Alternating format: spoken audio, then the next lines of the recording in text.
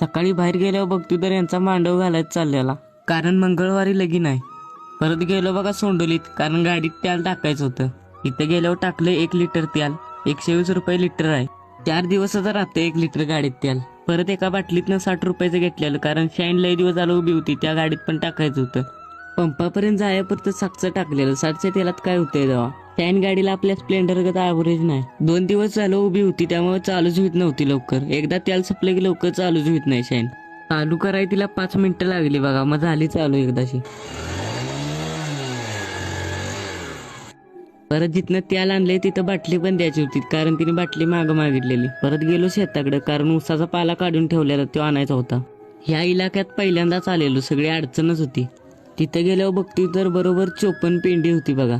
मग काय एक वजन 25 पेंड्यांचं घातलं. परत येऊन एक खेप करायची होती. गाडी लांब होती वाड्याच्या पड्याला, मग डोक्यावरून न्यायला लागलं.